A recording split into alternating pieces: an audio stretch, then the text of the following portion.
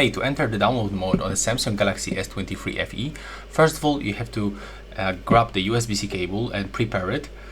And the second end of this cable you have to plug into your PC, laptop, PlayStation or Xbox controller, and then power off the phone by holding the power button and then click to power off.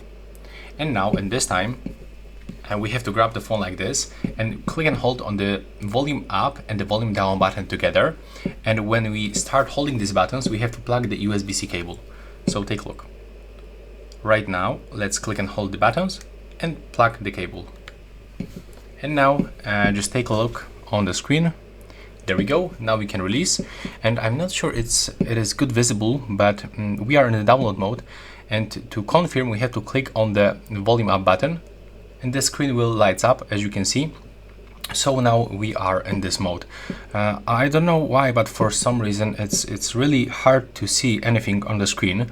Definitely you will be not able to see it on the camera, but in real life I can see that I'm in the download mode.